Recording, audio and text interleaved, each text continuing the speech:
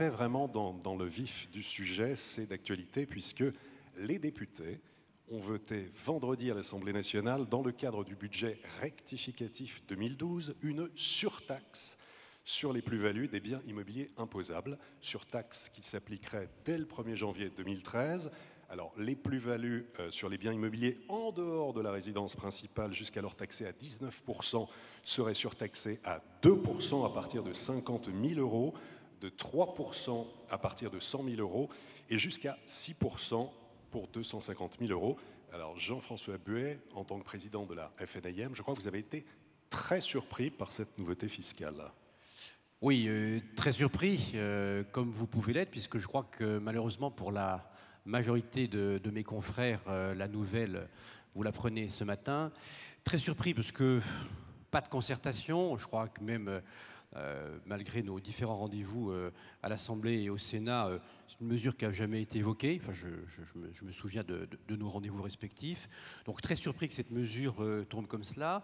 Très surpris aussi de la forme, puisqu'il était question de pourcentages différents et de plafonds différents il y a encore 2 ou 3 jours. Donc très surpris qu'il y ait un manque de concertation. Très surpris aussi qu'une autre mesure qui devait surtaxer les taxes d'habitation des résidences secondaires sous-occupées dans les zones tendues soit annoncée, discutée, modifiée, puis retirée. En définitive, extrêmement surpris de ce yo-yo, de cette façon de procéder, sans concertation, je l'ai dit, mais surtout sans étude d'impact. En fait, ma première question, c'est est-ce qu'on va savoir ce que ça rapporte vraiment? Parce que finalement, on donne des chiffres, mais on a beaucoup d'interrogations. Et aussi, moi, je déplore...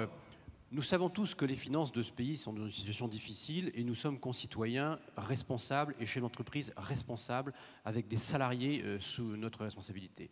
Mais pour autant, on manque d'une vraie lisibilité de cette politique fiscale. En plus, il y a des effets d'annonce. Et là, aujourd'hui, on est sur un marché qui est bloqué. On est sur un marché qui subit des difficultés graves avec des pertes d'emploi importantes, des drames familiaux à la clé, tout ça parce qu'il y a un manque de pérennité dans les mesures qui sont prises. Marie-Noëlle Lienemann, cette